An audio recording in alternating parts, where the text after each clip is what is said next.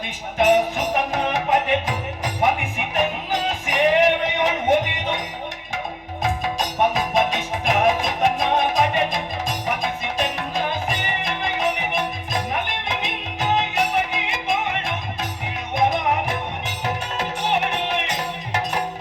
ನೋಡು ನಿನ್ನಂತೆ ಕಕ್ಕನ ಮಾರ್ಗದಿ ದಿವ್ಯಾಶ್ವಬಾಲ ಕೂಡಿರುವುದು ಕರಿಯ ವರ್ಣನೆ ನೋಡೆ ಅಲ್ಲಿ ನೋಡೆ ಅಲ್ಲಿ ನೋಡೆ ಇಲ್ಲಿ ನೋಡೆ ಅಲ್ಲಿ ನೋಡೆ ನೋಡು ನೋಡೆ ನೋಡು ನಿನ್ನಂತೆ ಕಕ್ಕನ ಮಾರ್ಗದಿ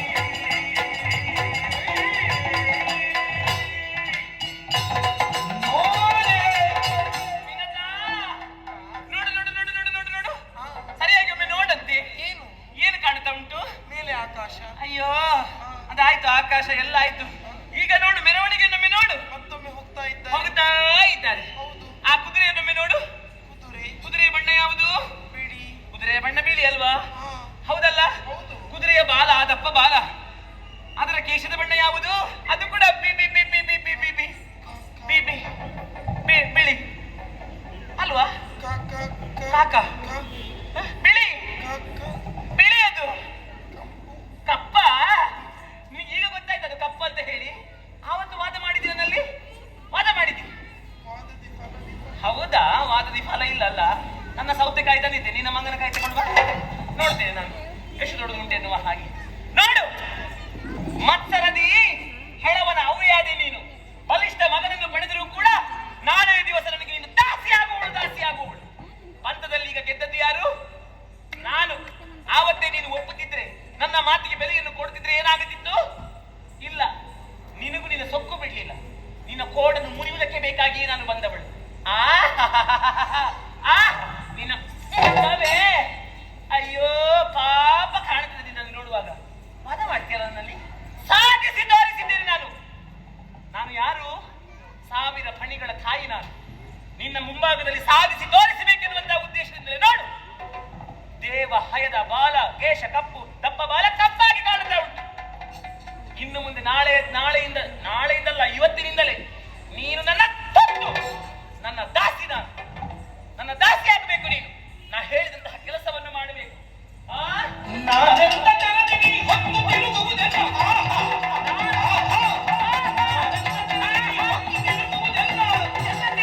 ಸೂರುಗಳ ಜಾಗರಿಗೆ ನನಗೆ ಮನಗೆಲಸವು ತಾನು ಭಾಗಗೊಳಿಸಿ ಬಾಳಲು ಬಹುಮಾನ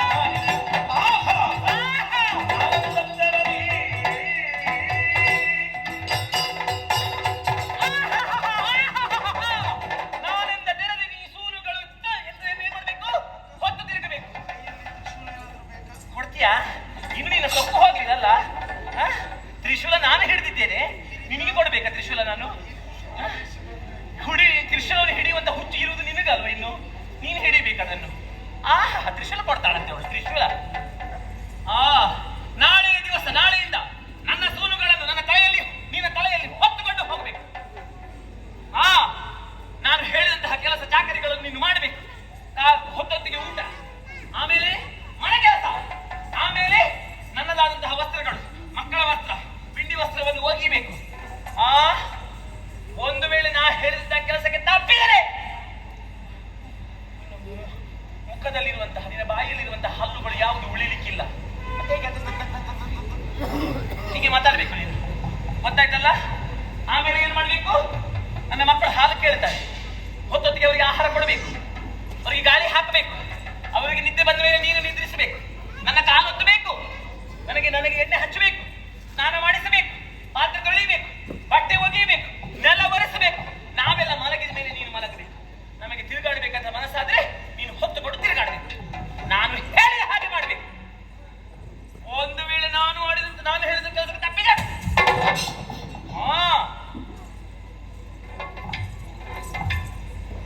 ಏನು? ಬಾ ಬಾ. ಇನ್ನು ಮುಂದೆ ನೀನು ದಾಸಿಗೆ ಇದು ಸೀರೆಯ? ಮತ್ತೆ ದಾಸಿಗೆ ಸಿಗಬೇಕಾದದ್ದು ಯಾವ ಸೀರೆ? ಈ ಸೀರೆಯನ್ನು ಬಿಚ್ಚು, ಕಪ್ಪು ವಸ್ತ್ರವನ್ನು ಉಡಬೇಕು. ಉಂಟ ಕಪ್ಪು ವಸ್ತ್ರ? ಇದು ಕಪ್ಪ? ಅದಕ್ಕೆ ಕೊಡುದು ನಾನು. ಕಪ್ಪು ವಸ್ತ್ರ ಉಡಬೇಕು.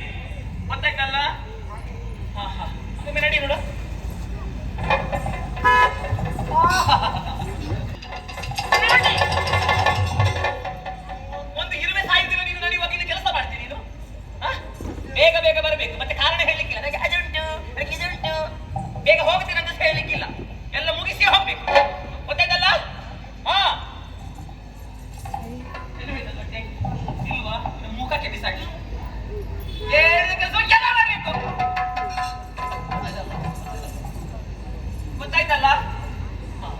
ಅವರತ್ರ ಸೇರಿಸಿ, ಗೊತ್ತಾಯ್ತಲ್ಲ ನಿನಗೆ?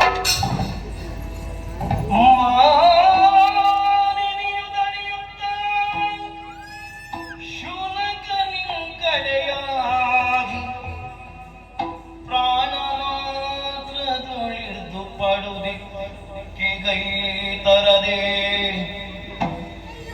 ತ್ರಾಣಗುಂದಿದಳಾಗಿ ದಿನ ದಿನವು ತಮ್ಮನದಿ ಮರುಗುತ್ತಲಿಂದೆಂದಳು.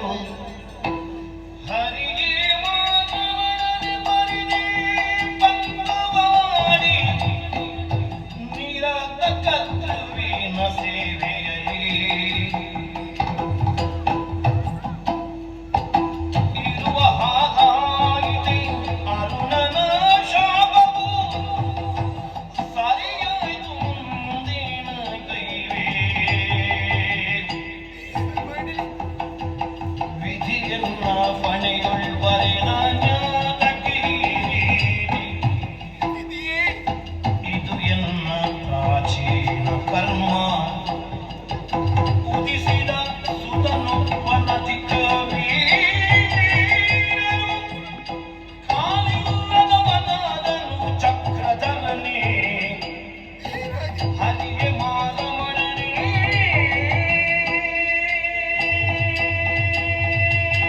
ಮಾಧವನೇ, ಪ್ರಿಯೇ, ಎಂತ ಇಕ್ಕಟ್ಟಿನ ಸ್ಥಿತಿಯಲ್ಲಿ ನಾನು ಸಿಲುಕಿಕೊಂಡೆ. ಕರ್ತೃವಿನ ಸೇವಕಿಯಾಗಿ ನನ್ನ ಜೀವನವನ್ನು ಕಳೆಯಬೇಕೆ? ಹಾಗಾದರೆ